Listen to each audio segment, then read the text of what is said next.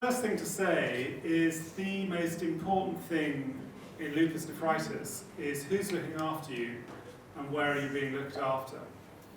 So this is a very recent study from the States, and it looked at the frequency of death and end-stage renal disease in lupus nephritis patients cared for under Medicaid, i.e. poor people, limited access to healthcare, or patients attending the SLIC clinics. And the SLIC is like the elite lupus research clinics.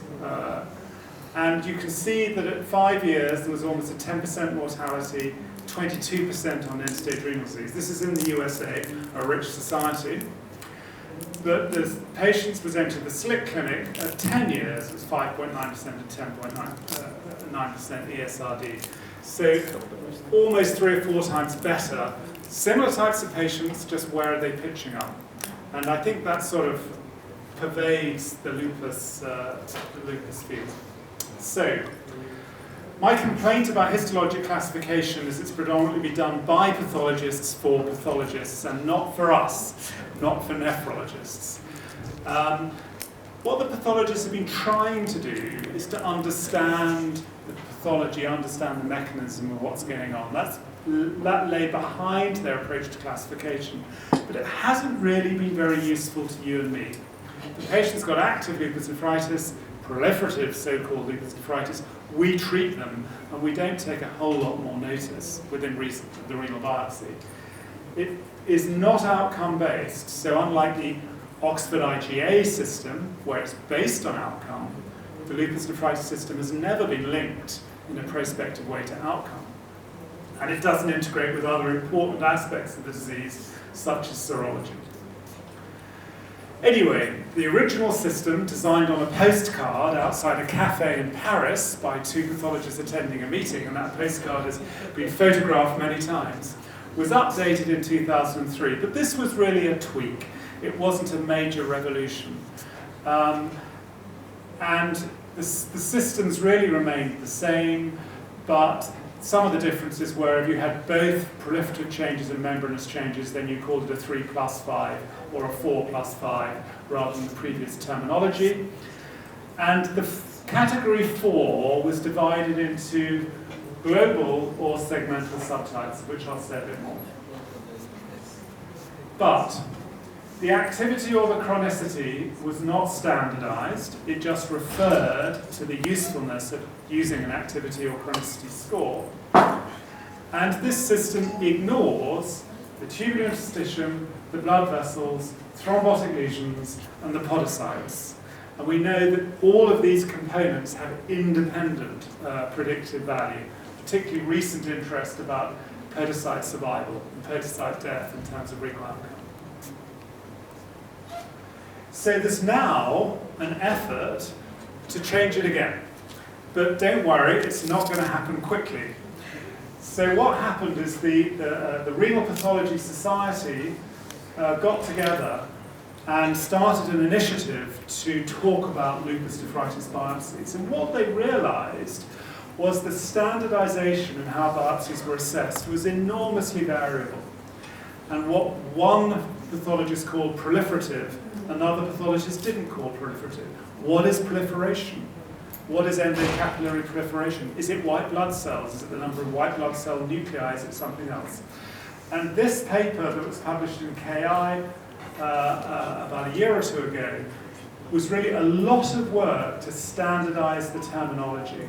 So this is not a new classification, but this is a building block towards a new classification. It's trying to get the pathologists talking the same language. Nephrologists have not been involved in this, as all pathologists, but if they get their act together, then the next step will be to try to develop an outcome-based classification like the IgA, but we're nowhere near there yet. Just to give you an example, I mentioned that class 4 was divided into this global, with segmental or global, so this is an example of a segmental lesion where the rest of the glomerular tuft is fairly normal, as opposed to a diffusely abnormal glomerular tuft where there's widespread immune complex deposition. Now, preliminary data suggested that the prognosis of these lesions was very different. So what happens? These are all the studies that have compared G to S, and there's no difference at all. Why is that? It's partly because the pathologists are not standardizing what they're calling segmental or global. How big does a segment have to be a segment? 25%, 50%, 70%? It's not quite clear. So I don't think this is borne the test of time. As far as the tubular interstitium is concerned, the one thing that I look at in a biopsy of a patient with lupus nephritis is the tubular interstitial scarring, the IFTA, because that, to me, is the most important prognostic value. If there's extensive glomerular disease, I don't mind too much, but if there's extensive tubular interstitial disease, I know that patient will go on to chronic kidney disease and may well go on to dialysis, whatever I do. And this has been borne out by other studies.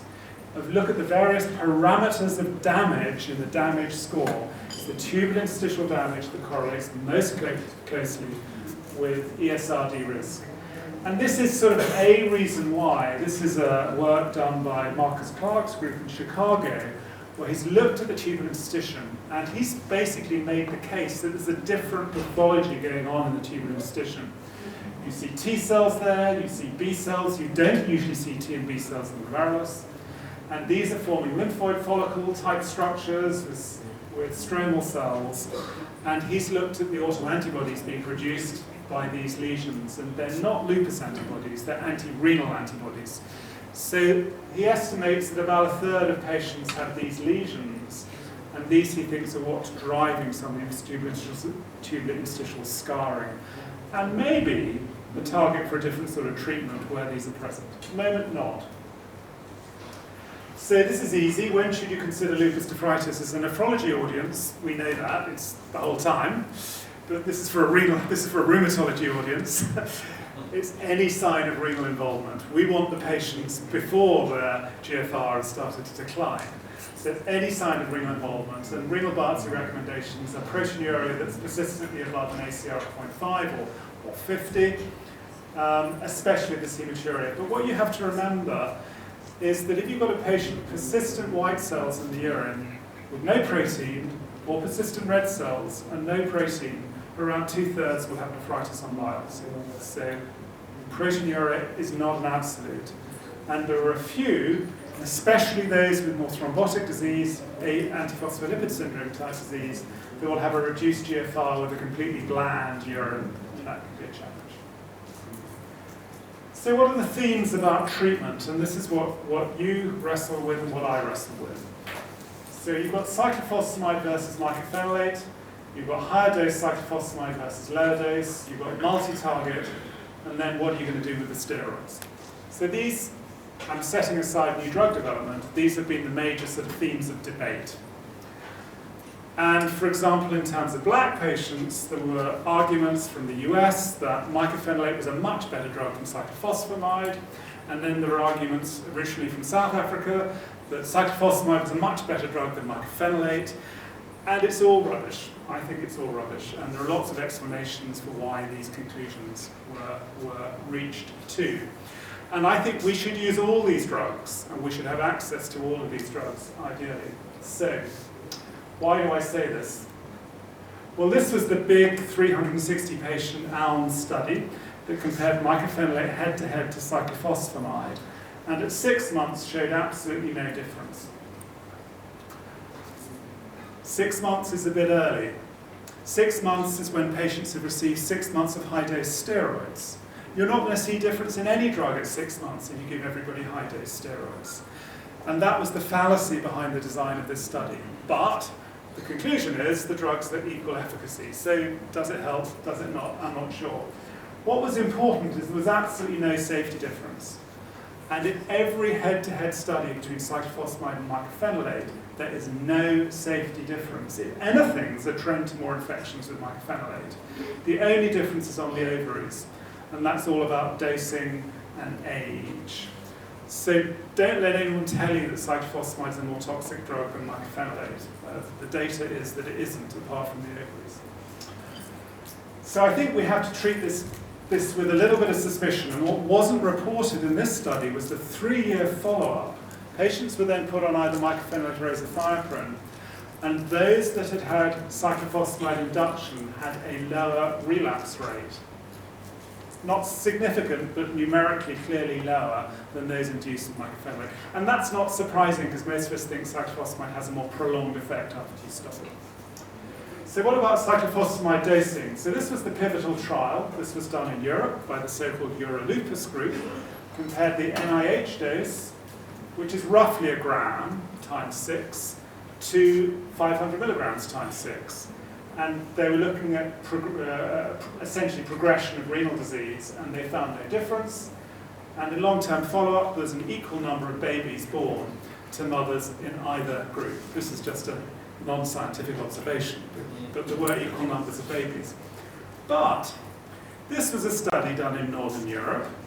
This was a study done by rheumatologists, not by nephrologists.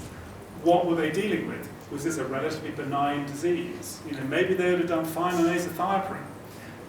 So be careful about non-inferiority studies, is another subtext of this.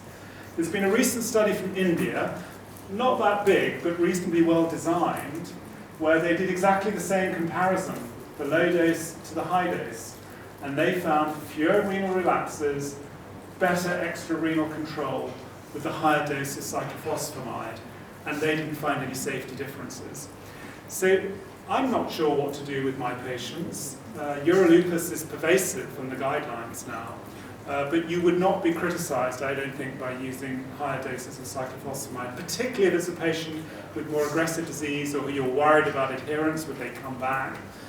Because look at this, fewer renal relapses. That drives end-stage renal disease.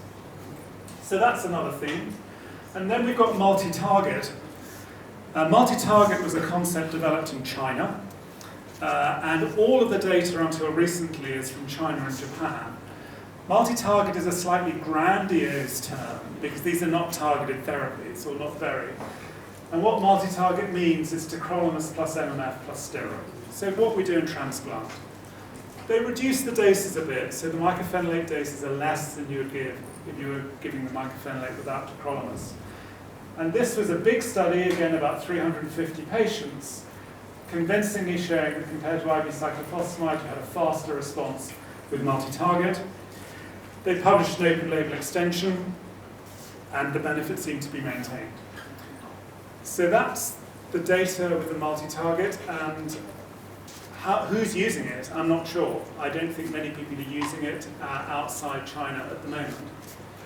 But then we have this drug, voclosporin, which is in development at the moment. This is not available, this is a drug in development, but this is a new calcineurin inhibitor. It's an analog of cyclosporin, which has a much more benign safety profile.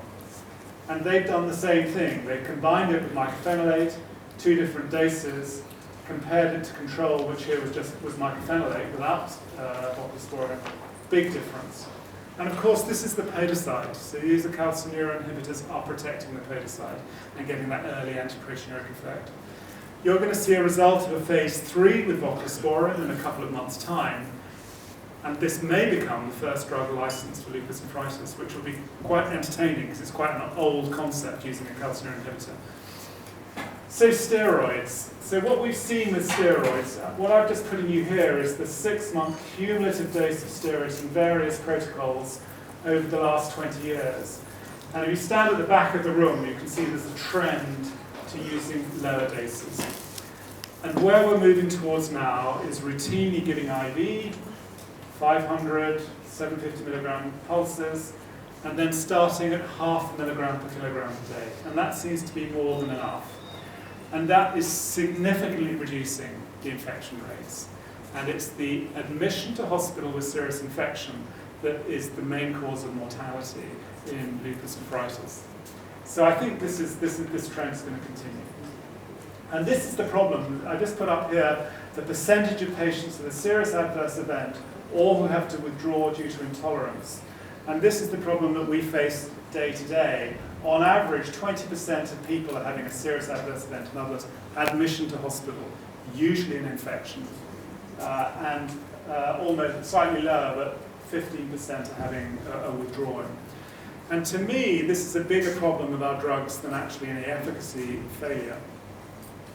So how do you assess response?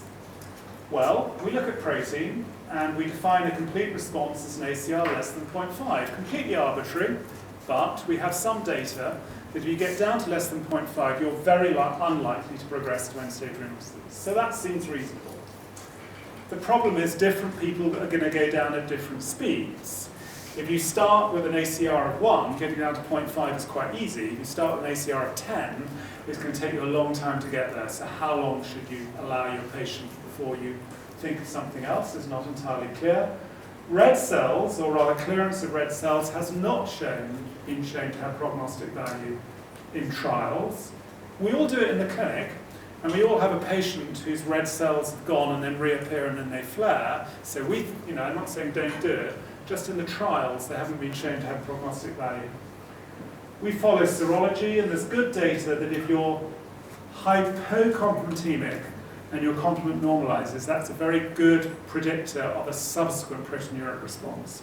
So the one biomarker to follow, if you can, is complement. Autoantibodies are sort of all over the place, unfortunately, and obviously we all do GFR. The problem with proteinuria is in the patients that don't achieve the ACR of 0.5. So I said if you do achieve the ACR of 0.5, you're probably going to do fine, so we can all relax. But if you don't, what are you going to do? And what's becoming apparent is this discordance between histology and protein. So for example, this study compared to patients having a histological response, in other words, the repeat biopsy, the second biopsy showing no activity, as opposed to proteinuria response. And of those with what was called a partial proteinuria response, in other words, the proteinuria had gone down a bit, but it hadn't got down to 0.5, half of the biopsies showed no activity. In other words, half of the biopsies, the disease had gone, the other half had. And in those with no response at all, the proteinuria hadn't budged, a third of the biopsies had a full histologic remission. So where we're moving towards now is recommending that if you're a partial responder at a year or a non-responder, you do a repeat biopsy. Otherwise, you don't know where you are. And if there's a histologic remission on repeat biopsy, you can carry on slowly backing off your treatment. What are the causes of non-response? Well, adherence, at least in my clinic, is the #1 cause of non-response. We know adherent and non-adherent rates are very high. If you look at hydroxychloroquine as a marker, because most lupus patients should be taking antimalarial, around 70% of people don't take it regularly, just to give you a ballpark figure. Lupus nephritis, we think significant non-adherence rates are around about a third, possibly higher. So that's a problem. There's these patients who present too late, that's a problem. I think far too much has been made about ethnicity and dosing, and I've mentioned this, and the lack of efficacy. Good. So, Rituximab we use. The Rituximab randomized trials failed to show significant benefit, but were not particularly well designed. This is some data from our cohort in Cambridge.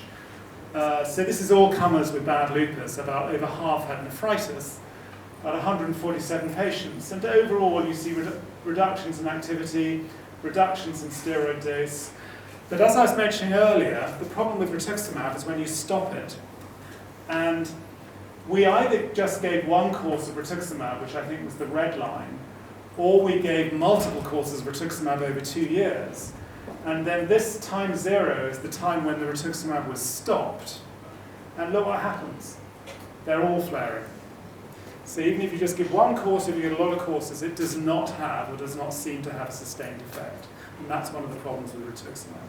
But we use it as a second-line therapy or third-line therapy for lupus nephritis. And if you look at the patients who flared after Rituximab, you're very unlikely to see renal flares. So although over half the patients come with nephritis, interestingly, the kidney actually does quite well. So we like it, but you have to bear these other things in mind. In terms of remission maintenance, I'm not going to show you any data, but I think the most important thing in the follow-up of your patient is the sort of support the patient is given. I really don't think it matters what drug you use within reason. The clinic support, educational programs, the patient taking responsibility for their disease, And you know these patients' lives are often wrecked by their disease, so it's the psychosocial support as well that's so important.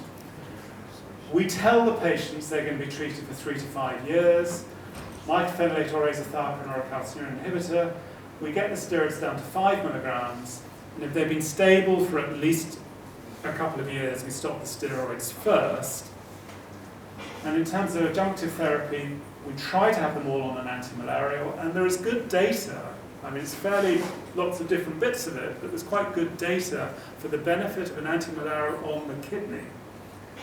We routinely use ACE and ARBs, and now in the UK we have this cardiovascular risk assessment called QRISK-3, which actually includes lupus as one of the predictors. So we can actually now do cardiovascular risk assessment on our lupus patients.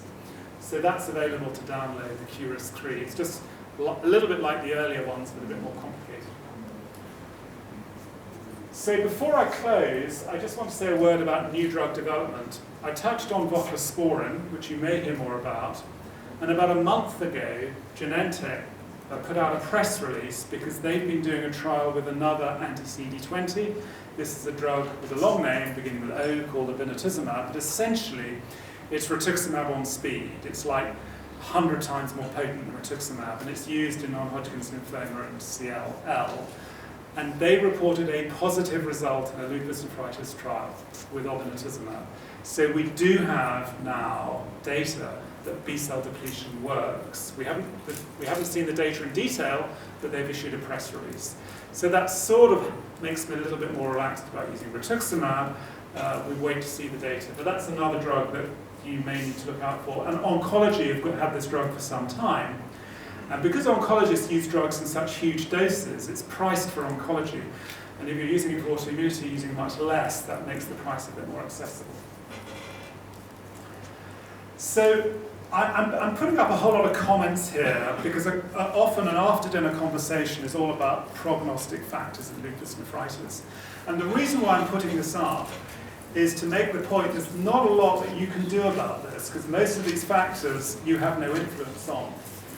So there's the demography of the patient, the sex of the patient, the socioeconomic status of the patient.